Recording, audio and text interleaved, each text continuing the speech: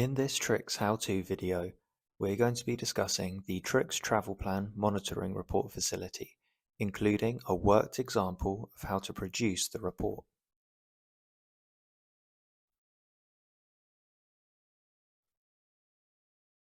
Let's start by discussing what is the TRICS TPMR facility.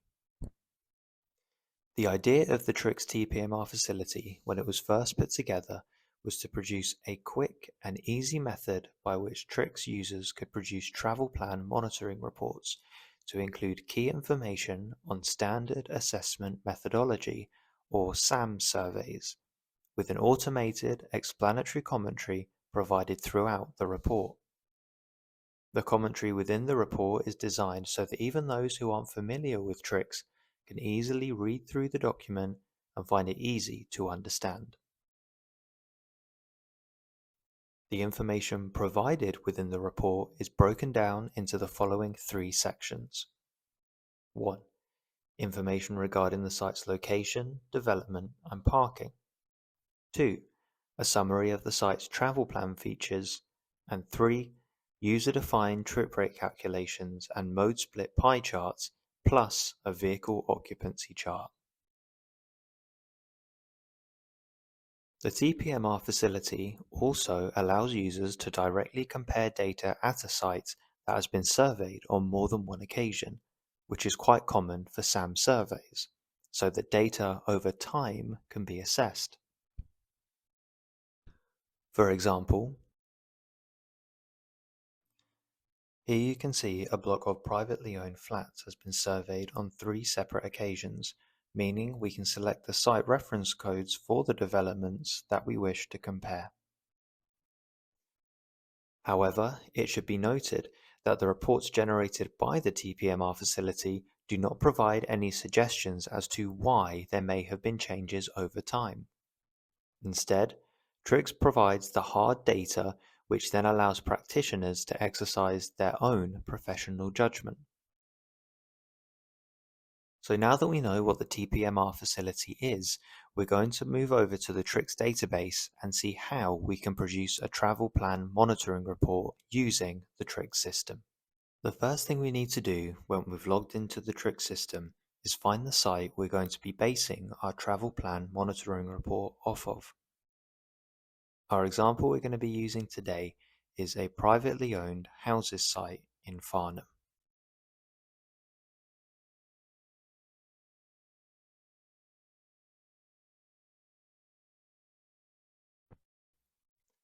Once we've found our site and click on it, we'll be able to see the travel plan button at the bottom of the records page.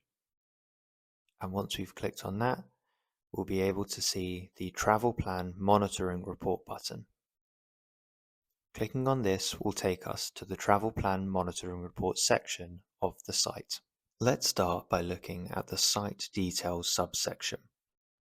This is a quick summary of key information on the site's location, development, and on-site parking. As you can see, this is a residential site, so the development section includes a table breaking down the residential unit types of all occupied dwellings at the time of the survey. So we can see the number of detached houses, semi-detached houses, flats, etc., also broken down by privately owned and non-privately owned dwellings. You can also see the on-site parking is broken down by parking space types. Next, we have the travel plan implementation subsection of the TPMR facility. This includes information on the type of travel plan at the site and whether there is a travel plan coordinator who works on the travel plan's development and implementation. It also provides information on when the travel plan was implemented and any developer initiatives as per the planning agreements. The travel plan mode splits and target/objective subsection includes information on the pre-travel plan mode splits and travel plan mode split targets, plus the travel plan's objectives and specific targets and the travel plan target groups. The travel plan features subsection is a larger section of information which summarizes all individual travel plan elements, providing implementation dates and commentary where available. It is broken down into the following sub-areas: cycling, incentives, public transport, and marketing suite or shuttle bus, depending on whether the site is residential or non-residential. This section is a replica of the data that is contained within the various subsections of the travel plan data section for the site, handily placed amongst the other subsections to provide good detail and context for users operating the TPMR facility. We now move on to the selection parameters subsection, where users can apply their criteria for calculating a series of trip rate results and mode split pie charts, plus the inclusion of the vehicle occupancy split chart, and if applicable, the comparison option for sites that have been surveyed on more than one occasion. The first selection option that we have is our mode split total. Clicking on the tick box for this selection will include a mode split pie chart covering the duration of the survey at the site in both directions combined, arrivals plus departures across all time periods. Depending on when the survey was undertaken, the mode split pie chart will be split by vehicle occupants, cyclists, scooters, pedestrians, and public transport users.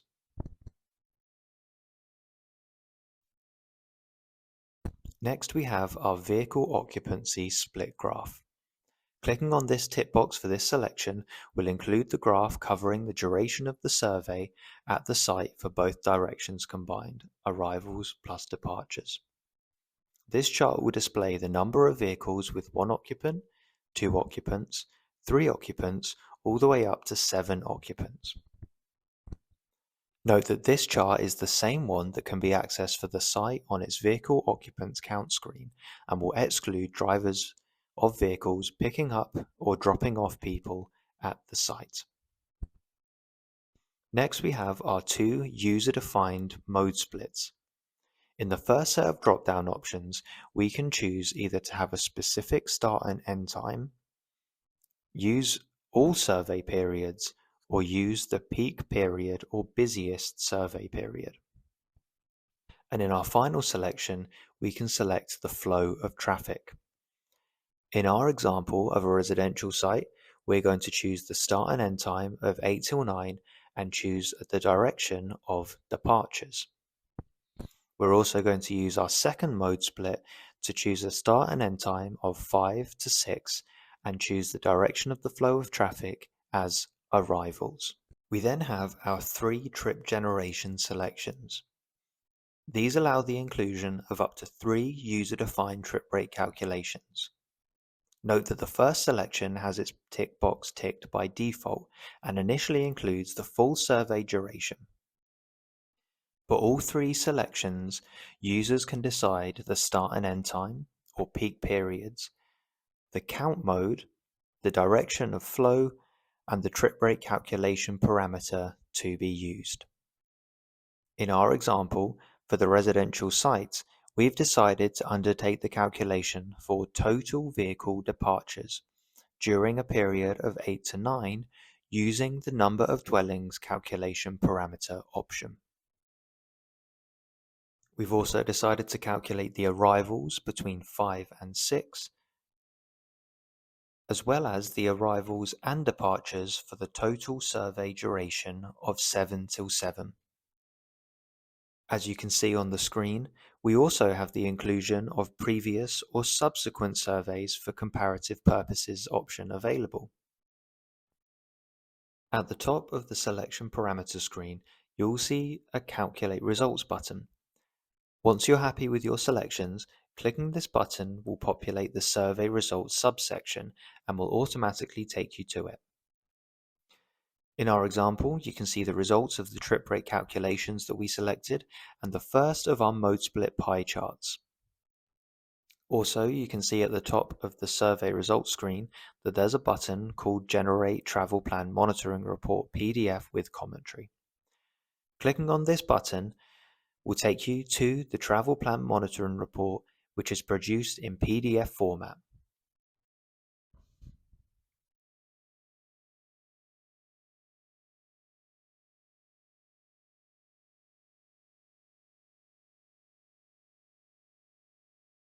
As you can see, All the subsections of the Travel Plan Monitoring Report also contain commentary easily outlining and explaining every subsection, even for those who may not be fully familiar with the TRICS software. Finally, if at any point you're confused about what to do or may need some help or advice on the Travel Plan Monitoring Report process, an easy user guide can be found in the top right-hand corner of any of the Travel Plan Monitoring Report subsections. Clicking on this will take you to a PDF file easily outlining everything that you need to know about the Travel Plan Monitoring Report facility.